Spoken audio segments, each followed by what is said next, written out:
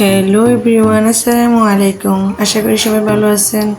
আমরাও ভালো আছি আল্লাহর রহমতে। তো আজকে আমি চায়না কাবাব শেয়ার করবো সবার সাথে। হাড় চারা গরুর মাংস ছোটো ছোটো করে কেটে নিলাম, তারপর এগুলো ব্লেন্ডারে দিয়ে দিলাম ব্লেন্ডার করার জন্য। তো আমার ব্লেন্ডার হয়ে গেল। তারপর এই কিমাটাতে আমি একটু হাত দিয়ে চেপে চেপে গোল করে চাইটা রেখে দেবো। তো তারপর আমি এতে কিছু টমেটো কেটে দিয়ে দিলাম, হলুদ, ক্যাপসিকাম, সাথে আমি গাজর দিয়ে দেব। তারপর আমি এখানে সামান্য বিলিতি ধনেপাতা দিয়ে দিলাম। বিলিতি ধনেপাতা দিলেও সমস্যা নেই, না দিলেও সমস্যা নেই। তারপর আমি সামান্য একটু পুদিনা পাতা দিলাম, একটু পেঁয়াজ দিয়ে দিলাম। বেশি আকারে পেঁয়াজটা হলে ভালো হয়। তারপর এখানে রসুন বাটার, পেঁয়াজ বাটা, রসুন বাটার, আদা বাটা দিয়ে দিলাম। তারপর আমি ধনিয়া গুঁড়ো, মরিচ গুঁড়ো, আর সাথে আমি জিরা, ভাজা জিরা যেটা হাতের তৈরি, এটা দিয়ে দিলাম। তারপর আমি এখানে 1 টেবিল পরিমাণ দিলাম সয়া সস।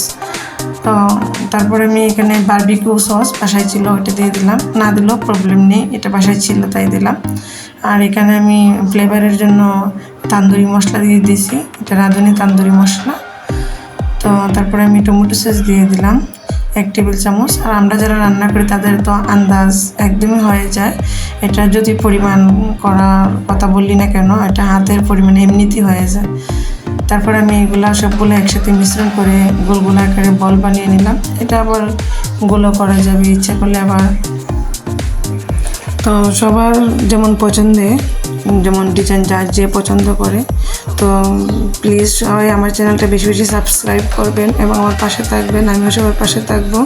বেশি বেশি কমেন্ট, লাইক, শেয়ার করবেন।